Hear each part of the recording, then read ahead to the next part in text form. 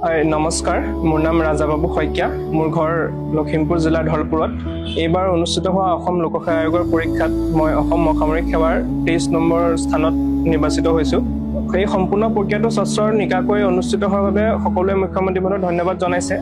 কিন্তু মই তেখেতক ধন্যবাদ জনাবলগীয়া কাৰণটো ইয়াতকৈ বেলেগ আৰু পৃথক।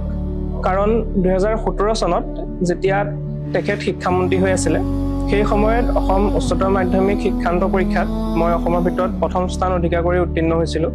আৰু তাৰ পিছতে মই ৰাজস্থানস্থিত Birla institute of technology science পিলানীত কম্পিউটাৰ ছায়েন্স ইঞ্জিনিয়াৰিঙত এডমিশ্যন ল'বৰ বাবে যোগ্যতা অৰ্জন কৰিছিলোঁ। কিন্তু তাৰ ফিজ আছিলে যথেষ্ট বেছি, আৰু আমাৰ দৰে আৰ্থিকভাৱে পিছপৰা পৰিয়ালৰ বাবে সেয়া প্ৰায় অসম্ভৱ আছিলে। আৰু সেয়েহে মই মুখ্যমন্ত্ৰী মহোদয়ৰ ফোন নম্বৰত এটা মেছেজ কৰিছিলোঁ যে ছাৰ, মই এনেধৰণে নিৰ্বাচিত হৈছোঁ আৰু এনেধৰণে মই এডমিশ্যন ল'বলৈ এলিজিবল হৈছোঁ, কিন্তু মোৰ ফিজ বহুত বেছি লাগিব, আপুনি কাইণ্ডলি হেল্প কৰিব পাৰিব নেকি?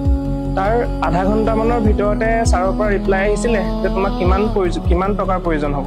আৰু তাৰ পিছতেই তেওঁ আৰু শ্ৰদ্ধাৰ ৰিণিকী বাইদেৱে দুয়োগৰাকীয়ে মিলি গোটেই তাৰ ইঞ্জিনিয়াৰিঙৰ সমস্ত খৰচ বহন কৰি গোটেই জাৰ্ণিটোতে মোক হেল্প কৰিছিলে।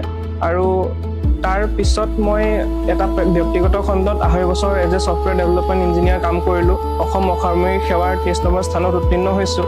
এই গোটেই জাৰ্ণিটোত মই আজিলৈকে তেওঁক লগ পাই বিশেষকৈ ধন্যবাদ জনোৱা নহ'ল। সেয়েহে মই আজি ইয়াৰ জৰিয়তে তেখেতক ধন্যবাদ জনাইছোঁ যে তেওঁ সেই পিছপৰা অঞ্চলটোৰ পৰা বিটছ পিলানীৰ দৰে এখন আগশাৰী অনুষ্ঠানলৈকে যাবলৈ যি মোক সাহস আৰু সুবিধা প্ৰদান কৰিলে, তাৰ বলতে আজি মই এই সম্পূৰ্ণ জাৰ্ণিটো শেষ কৰি এজন প্ৰশাসনিক সেৱক হিচাপে কাম কৰিবলৈ সুযোগ লাভ কৰিছোঁ।